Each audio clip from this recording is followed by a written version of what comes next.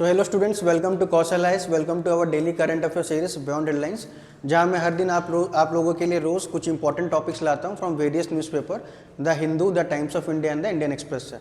तो आज मैं आपके साथ कुछ 5 इंपॉर्टेंट टॉपिक्स लेके आया हूं जिसको हम ब्रीफली डिस्कस करेंगे।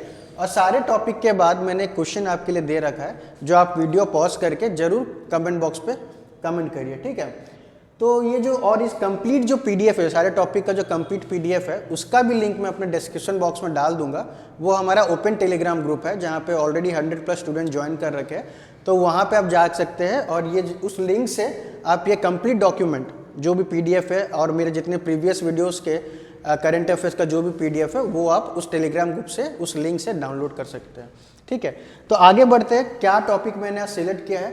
तो जैसा ये सब टॉपिक्स है आपका, अभी करेंटली देखिए बच्चे, क्या है आपका ओपीएससी प्रीलिम्स एग्जाम है जो कि 15 दिसंबर को फाइनल हो गया है। उसके लिए आपको जो करंट अफेयर्स का जो ज़रूरत है, लास्ट 6 मंथ का तो डेफिनेटली आपको करके जाना है। तो अगर आप मेरा वीडियो जो लास्ट 1 मंथ या 1.5 मंथ से जो मैं कर रहा हूँ उसको अगर आप देख लोगे तो उसमें लास्ट 6 मंथ का सारा कवर हो जाएगा, ठीक है। तो ऐसा होता है ना, करंट अफेयर्स में बहुत रिपीट होता है चीज़ें। आप अगर एक बार 2 महीने का अगर डेली आप न्यूज़पेपर पढ़ ले, डेली अगर एनालाइज कर ले इंपॉर्टेंट टॉपिक्स को, तो न्यूज़ रिपीट होता ही होता है ना। तो आज जो टॉपिक है देखिए क्या है, AFSPA armed force special protection act, Janjatiya Gaurav Divas, dual eco clearance, basic country, world diabetes day. तो आइए सबको टॉपिक को एक बाय एक समझते हैं, ठीक है, ब्रीफली देखते हैं और उसके बाद ये क्वेश्चंस भी करते हैं।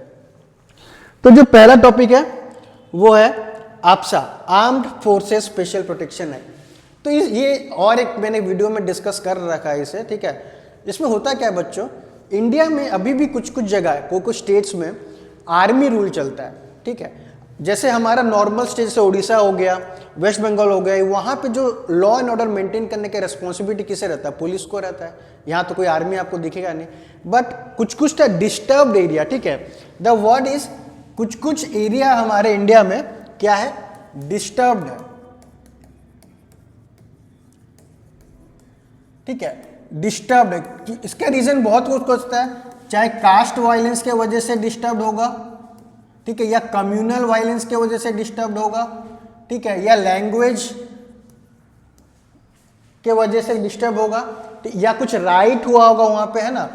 तो कुछ भी रीजन से अगर एरिया डिस्टर्ब्ड है तो क्या करता है, जो गवर्नर है या फिर सेंट्रल गवर्नमेंट के पास पावर है, उस एरिया उस पार्ट का क्या कर देगा, डिक्लेयर कर देगा डिस्टर्ब है। तो बहुत इंपॉर्टेंट है बच्चों, क्वेश्चन पूछ रखा है किसके पास पावर है एरिया को डिक्लेयर करने का, डिस्टर्ब, ठीक है, तो गवर्नर के पास पावर होता है।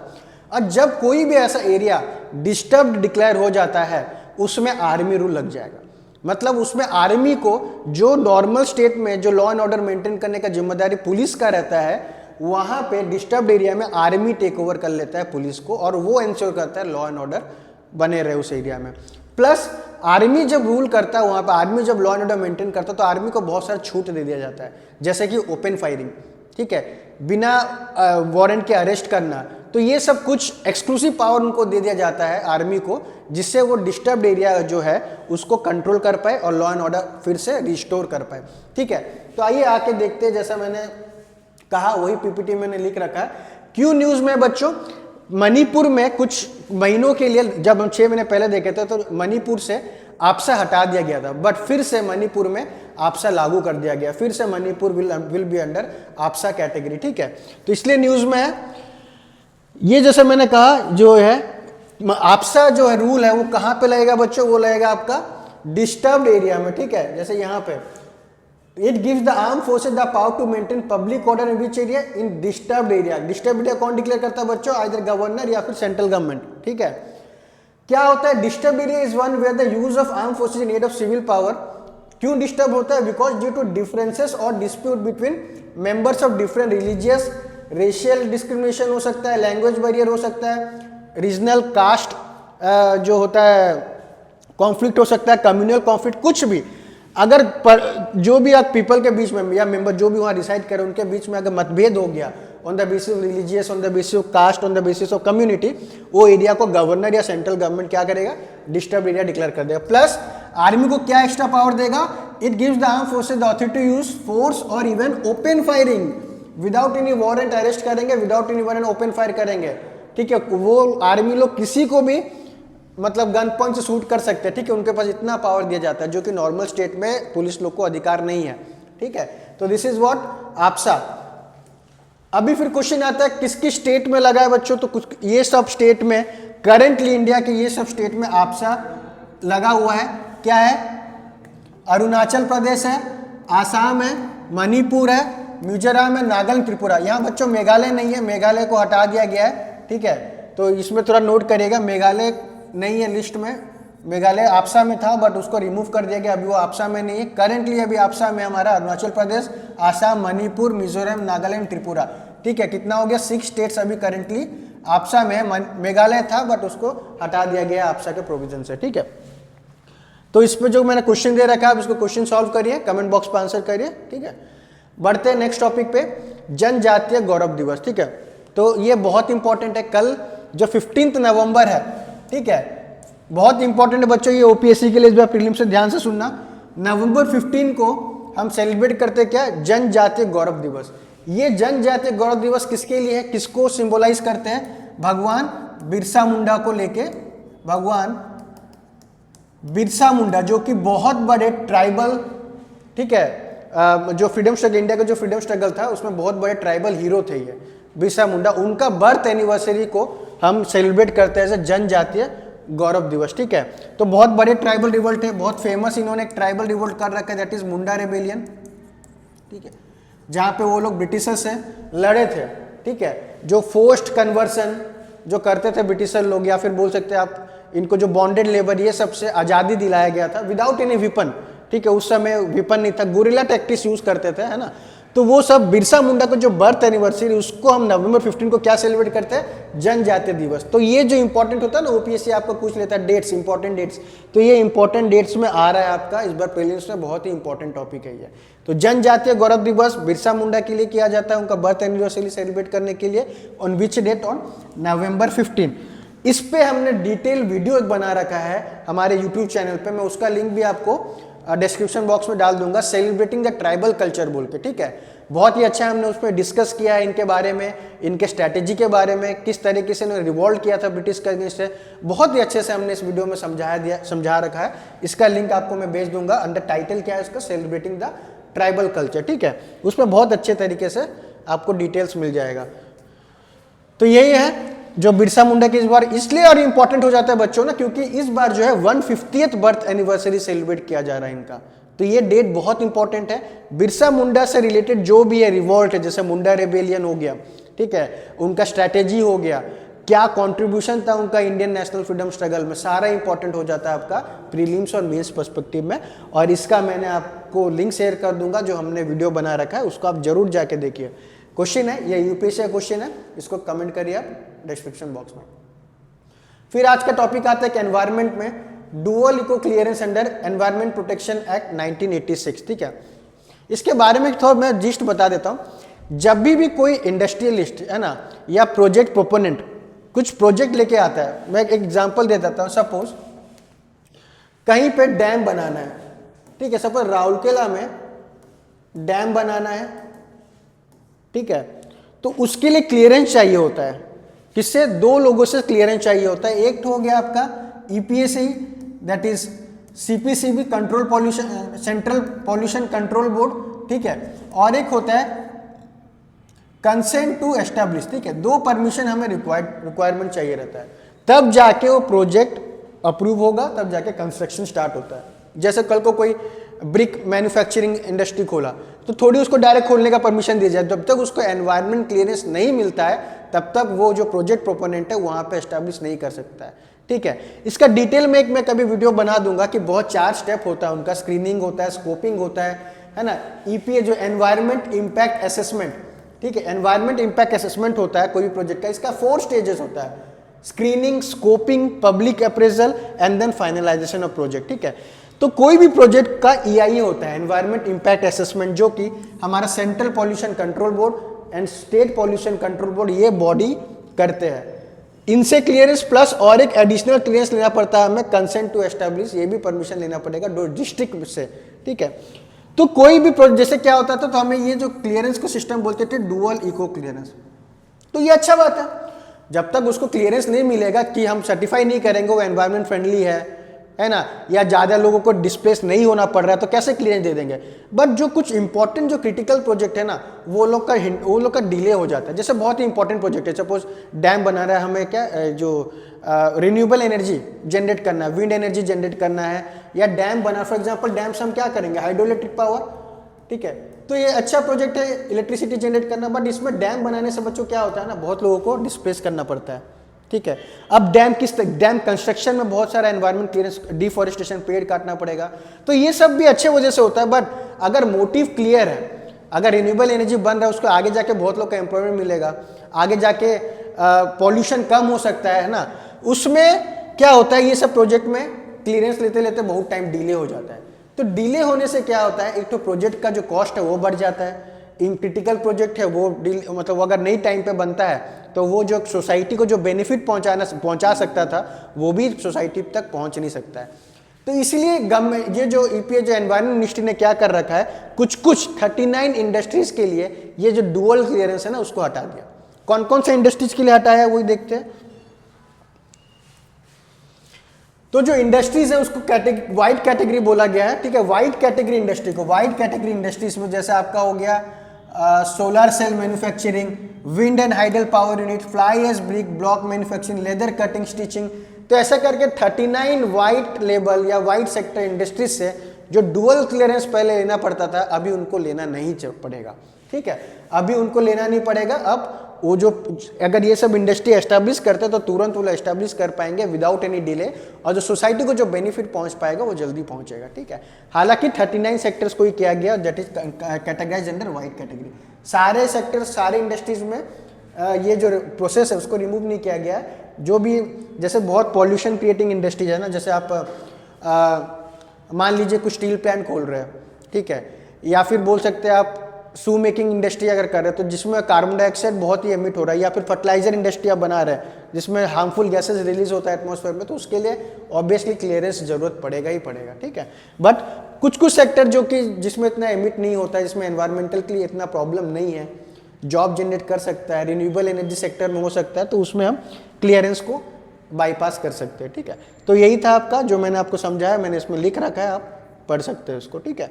ये क्वेश्चन है द एनवायरमेंट इन असेसमेंट, इसका मैं कंप्लीट वीडियो बनाऊंगा। इसका 4 स्टेप होता है, जैसे मैंने कहा, screening, scoping, public appraisal and finalisation, ठीक है। अभी देखिए EIA का इम्पैक्ट किससे डील कर रहा है।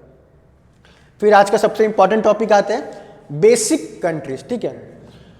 तो बेसिक कंट्रीज, पहले तो देखो बेसिक कंट्रीज, इसमें इनमें 5 कंट्रीज है, ठीक है। क्यों ये कंट्री एस्टैब्लिश हुआ था? ये कंट्री एस्टैब्लिश हुआ था because of climate finance. Environment जो डिस्टर्ब हो रहा है, ठीक है, एनवायरमेंट में जो क्लाइमेट चेंज हो रहा है हम देखा जा रहा है, तो basic countries nothing but these are group of developing countries, ठीक है, who are bearing the brunt of the climate change, ठीक है। तो याद रखिएगा, these are group of developing countries who are facing what, who are facing climate related issue, climate change related burden. तो ये जो कंट्रीज है एकजुट मिल रखे और यूएन में, जैसे अभी हमारा COP29 चल रहा है, उसके मीट में अपने जो प्रॉब्लम हो रहा है इस कंट्री में बिकॉज ऑफ क्लाइमेट चेंज, वो लोग रिप्रेजेंट कर रहे हैं एज अ ग्रुप बन के।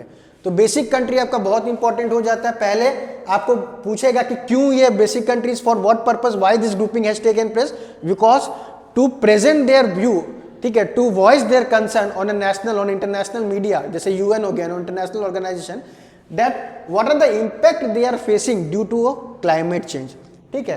अब पूछेंगे बेसिक कंट्रीज में कौन कौन मेंबर्स है।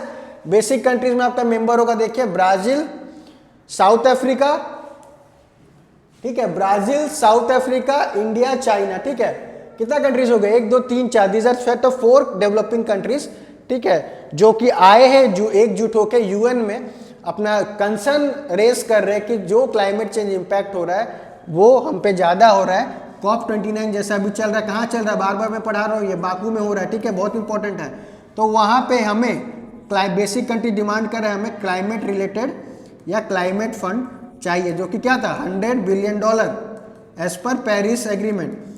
हर साल $100 बिलियन चाहिए, इनका यही डिमांड है, ताकि जो क्लाइमेट चेंज जो डेवलप्ड नेशन की वजह से हो रहा है वो हम यहाँ पे मिटिगेट कर पाए, ठीक है। तो basic group of basic countries का ग्रुपिंग आप याद रखोगे और क्यों फॉर्म हुआ था वो याद रखोगे, क्वेश्चन है, इसका आंसर मुझे कमेंट बॉक्स पे बताइए। फिर आते हैं साइंस एंड टेक्नोलॉजी पार्ट में, वर्ल्ड डायबिटीज डे। तो नवंबर 14 को, जैसे नवंबर 15 को क्या सेलिब्रेट किया हम लोग, वर्ल्ड जनजातीय गौरव दिवस, सेम नवंबर 14 हमारा होता है वर्ल्ड डायबिटीज डे। वो ठीक है, वर्ल्ड डायबिटीज डे हमारा नवंबर 14 को सेलिब्रेट किया गया है।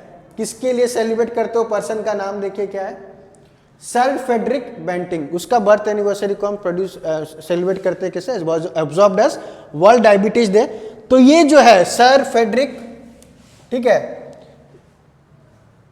सर फ्रेडरिक बेंटिंग, इसको हम इसलिए सेलिब्रेट करते हैं because he is the person behind the discovery of what, behind the discovery of insulin. ठीक है, बिहाइंड द जो इंसुलिन जो था, ये सर फ्रेडरिक बेंटिंग, इन्होंने इंसुलिन का डिस्कवरी किया था टू ट्रीट व्हाट, डायबिटीज। ठीक है, तो ये तो अब पर्सन इंपॉर्टेंट हो गया इंसुलिन। जैसे हमारे बॉडी में जो नेचुरल जो सेल होता है, कौन सा सेल सीक्रेट करता है हमारा, बीटा सेल। ठीक है, जो बीटा सेल कहाँ पर रहता है, पैनक्रियाज में।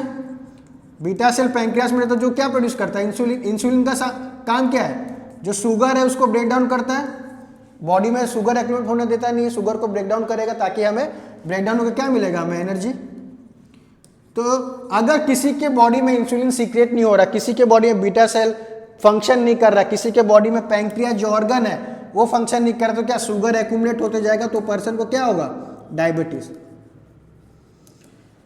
ठीक है, तो सर फ्रेडरिक बेंटिंग ने बहुत इंपॉर्टेंट डिस्कवरी कर दिया था इंसुलिन। ठीक है, आर्टिफिशियल इंसुलिन जो लेते हैं हम बाहर से, अगर हमारा बॉडी खुद का इंसुलिन प्रोड्यूस नहीं कर पाता है तो। ठीक है, इसके रिलेटेड आपको दो टाइप ऑफ डायबिटीज इंपॉर्टेंट बन जाता है। ठीक है, इसको मैं थोड़ा समझाता हूं आपको। There are two types of diabetes जो कि प्रिवेलेंट है। ठीक है, एक है हमारा टाइप 1 डायबिटीज बोलते हैं, दूसरा बोलते हैं क्या, टाइप 2 डायबिटीज। तो बच्चों टाइप 1 डायबिटीज किसको होता है, it is mainly found in children and young people. ठीक है, इसको हम बोलते हैं आपको चिल्ड्रन एंड यंग पीपल में ज्यादा होता है, तो चाइल्डहुड डायबिटीज भी बोलते हैं इसको। ठीक है, या फिर टाइप 2 किस में पाया गया, टाइप 2 उसको बोलते हैं अडल्ट डायबिटीज, ये अडल्ट में पाया जाता है। तो ये जो डायबिटीज टाइप 1 टाइप 2 कैसे कैटेगराइज करते हैं, तो टाइप 1 डायबिटीज उनको होता है बच्चों जिनमें क्या, जिनका ऑटो इम्यून डिसऑर्डर होता है। ऑटो इम्यून डिसऑर्डर क्या होता है ना, इन सब जो लोगों में, इन सब बच्चों या पीपल में क्या होता है, जो बीटा सेल, जो पैंक्रियास सीक्रेट, जो हमारा इंसुलिन सीक्रेट करता है, बीटा सेल को जो हमारा WBC है उसको फॉरेन सब्सटेंस मानते हैं, फॉरेन सेल मानते हैं। और जो हमारा जो इम्यून है ना, इम्यून सिस्टम जो हमारा इसको अटैक करता है। बीटा सेल तो बहुत नेसेसरी है हमारे बॉडी में इंसुलिन प्रोड्यूस करने के लिए। तो हमारा बॉडी ये बीटा सेल को क्या थ्रेट कंसीडर करता है। क्यों, क्योंकि हमारे क्या, जो पर्सन क्या सफर कर रहा है, he suffering from auto immune disorder. तो बीटा सेल को थ्रेट कंसीडर करते हैं और जाके हमारा जो इम्यून सिस्टम है उसको अटैक करते हैं। तो क्या अटैक करने से बीटा सेल डिस्ट्रॉय हो जाते हैं। अगर बीटा सेल ही डिस्ट्रॉय हो जा रहा है तो इंसुलिन कैसे प्रोड्यूस होगा, तो उसको अगर उस वजह से अगर डायबिटीज होता था हम उसको क्या बोलेंगे, टाइप 1 डायबिटीज। ठीक है, it happens because of auto immune disorder. Beta cell को बॉडी क्या ट्रीट करता है, फॉरेन सब्सटेंस, और उसको अटैक करके किल कर देता है। सेकेंड जो टाइप ऑफ डायबिटीज है, टाइप 2 डायबिटीज, ये होता है बच्चों जब हमारा बॉडी, ठीक है, इंसुलिन आइदर प्रोड्यूस नहीं कर पाता ज्यादा, या फिर हमारा बॉडी इंसुलिन रेजिस्टेंस हो जाता है। प्रोड्यूस हो रहा है बट बॉडी क्या कर रहा है, इंसुलिन रेजिस्ट कर रहा है। तो इंसुलिन, जैसे यहां पे बीटा सेल ही डिस्ट्रॉय हो जा रहा है, यहां पे इंसुलिन प्रोड्यूस ही नहीं होगा, यहां पे प्रोड्यूस हो रहा है but not in adequate quantity, या फिर हमारा बॉडी क्या कर रहा है, इंसुलिन को रेजिस्ट कर रहा है, नहीं ले रहा है। ठीक है, सपोर्ट नहीं कर रहा है, तो इसमें भी शुगर एक्यूमुलेट होगा। तो दोनों केस में शुगर एक्यूमुलेट होता है, बट मैकेनिज्म डिफरेंट है। किसको हम टाइप 1 कहते हैं, किसको टाइप 2 कहते हैं, बहुत इंपॉर्टेंट है आपको। टाइप 1 को चाइल्डहुड डायबिटीज भी कहते हैं, टाइप 2 को अडल्ट डायबिटीज कहते हैं। ठीक है, इसका मैकेनिज्म मैंने समझा दिया। ठीक है, इसमें मैंने क्वेश्चन भी दे रखा आपको, इसको सॉल्व करिए। ठीक है, तो जिस तरीका से हमारे जो नया बैच है वो अनाउंस हो रहा है 21 नवंबर को, हमने एक अनाउंस कर रखा है नया बैच, जो हम उसमें prelims, mains, optional, CSAT classes, library facility सब कुछ प्रोवाइड करते हैं। तो दिए गए कॉन्टैक्ट नंबर पे आप रजिस्टर कर सकते हैं। तो ये डेट 11th नहीं है, डेट हमारा 21 है। ठीक है, तो इसको 21 को हम नया बैच अपना लॉन्च कर रहे हैं। तो अगर आपको ये वीडियो अच्छा लगा हो, इंफॉर्मेटिव लगा हो, तो अपने दोस्तों के साथ शेयर करिए, लाइक करिए, कमेंट करिए। ठीक है, और ज़रूर हमारे ग्रुप टेलीग्राम ग्रुप को ज्वाइन करिए। Thank you.